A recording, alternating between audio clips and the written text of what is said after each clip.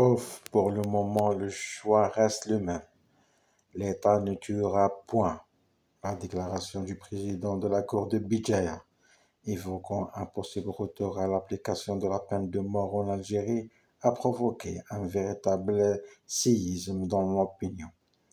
Les réactions se partagent sans surprise entre une large majorité de oui et une minorité de non. La première catégorie, celle du oui, regroupe une grande partie de la population profondément marquée par les affaires d'enlèvement d'enfants et autres crimes atroces qui ont à plusieurs reprises bouleversé le pays. Face à ces drames, la tentation du châtiment ultime se comprend, a traduit un cri de colère, un besoin de justice immédiate et exemplaire.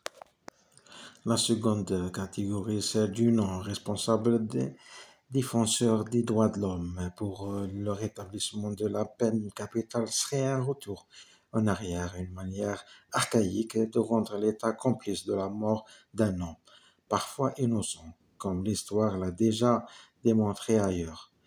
Il rappelle que le moratoire en vigueur depuis 1993 avait été salué comme une avancée majeure, plaçant l'Algérie parmi les nations respectueuses du droit à la vie et de la sacralité de l'être humain.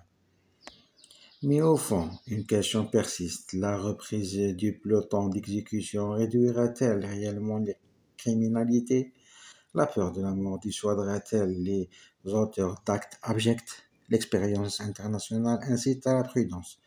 Dans certains pays où la peine capitale est appliquée sans interruption, les statistiques demeurent implacables. Meurtres, fusillades, enlèvements et braquages continuent de hanter le quotidien. L'exemple des États-Unis où la justice tue légalement, mais la violence armée reste endémique, prouve que l'assassinat légal ne prémunit pas contre l'assassinat criminel.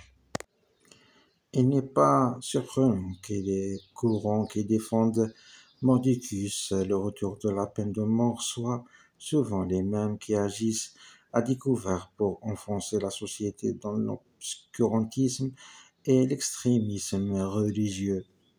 Ils exploitent la douleur populaire pour restaurer des réflexes d'un autre âge et miner l'esprit civique.